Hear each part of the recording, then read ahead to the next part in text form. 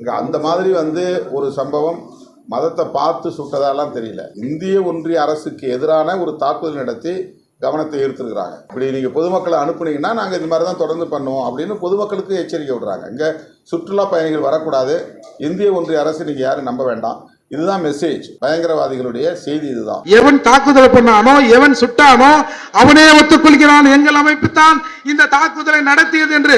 ஆனால் இன்றைக்கு தமிழகத்தில் இந்த பட்டியல் சமூக மக்கள் பிரதிநிதி என்று சொல்கிற திருமாவளவன் சொல்கிறார் இது பிஜேபி செஞ்சதுன்னு.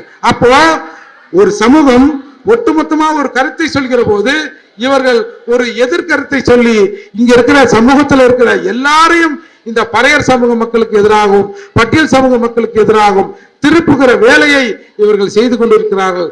இந்த எதிர் அரசியல் தான் இன்றைக்கு ஒட்டுமொத்தமாக பட்டியல் சமூக மக்கள் மீதான வெறுப்பை மேலும் மேலும் இவர்கள் அதிகரித்துக் கொண்டே போகிறது.